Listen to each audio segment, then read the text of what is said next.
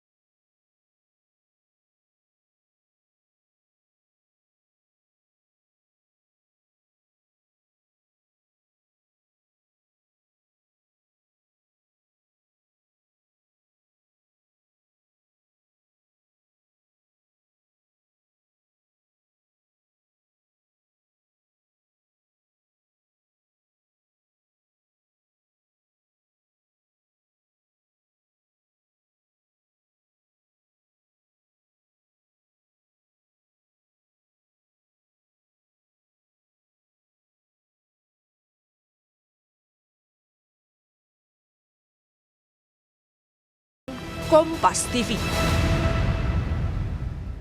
Untuk mengetahui informasi terkini dari Mahkamah Konstitusi, kita bergabung dengan jurnalis Kompas TV Tifal Solesa.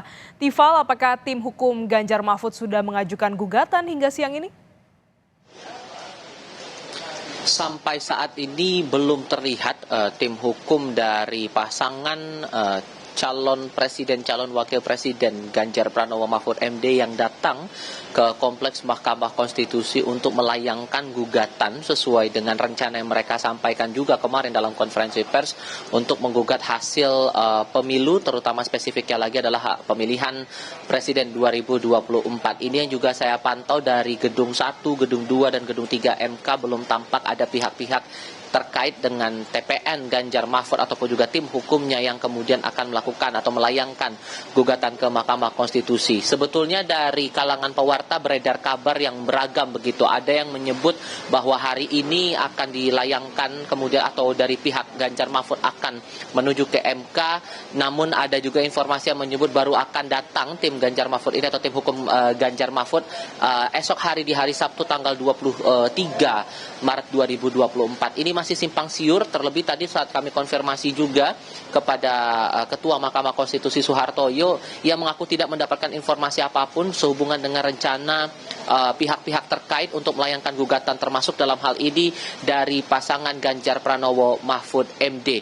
Sehingga yang bisa disampaikan untuk saat ini setidaknya untuk perselisihan hasil pemilihan umum atau PHPU untuk Pilpres 2024 baru dilayangkan oleh satu pihak, yakni pasangan Anies Baswedan Muhaimin Iskandar, dan itu sudah dilayangkan kemarin pada hari pertama pembukaan registrasi gugatan hasil sengketa pemilu. Sengketa hasil pemilu maksud saya di tanggal 21 Maret 2024, dan situ sudah didaftarkan atau diregistrasi oleh tim hukum nasional atau THN Anies Muhaimin yang dipimpin langsung oleh Ketua Ari Yusuf Amir. Saat itu ia sudah melayangkan sejumlah bukti, lalu juga mendaftarkan beberapa saksi yang kemudian dipandang oleh THN Amin ini memperkuat dugaan mereka ada dugaan kecurangan dalam proses pemilu, sehingga berimbas pada hasil pemilu yang sudah diumumkan pada 20 Maret 2024 lalu oleh Komisi Pemilihan Umum Republik Indonesia. Dugaan kecurangannya pun berkali-kali dari secara terstruktur, sistematis, dan masif TSM. Bahkan kalau lebih detailnya lagi apa sebetulnya permohonan yang disampaikan oleh pihak Amin, mereka meminta agar pemilihan umum Presiden 2024 ini dilakukan ulang tanpa menghadirkan Gibran Rakabuming Raka sebagai peserta Pilpres 2024. Bagaimana kemudian dengan pasangan Ganjar Pranowo Mahfud MD? Ini juga masih kami cermati, kami juga masih mengupayakan konfirmasi ke beberapa pihak apakah betul hari ini atau esok hari. Kalau kita merujuk dari pernyataan TPN Ganjar Mahfud, ada kemungkinan di 2 hari ini, antara hari ini di hari Jumat 22 Maret atau esok hari tepat di hari terakhir registrasi per Pilpres dan Pileg 2024 di Mahkamah Konstitusi. Ini masih jadi tanda tanya dan kami masih butuh konfirmasi soal ini, Glenis. Tifal, lantas bagaimana dengan hasil pemilihan legislatif? Apakah sudah ada gugatan? Konfirmasi terakhir didapatkan sudah ada satu pihak yang melayangkan gugatan untuk pemilihan legislatif spesifiknya untuk DPRD Maluku Tengah. Ini sudah terregistrasi tadi malam 21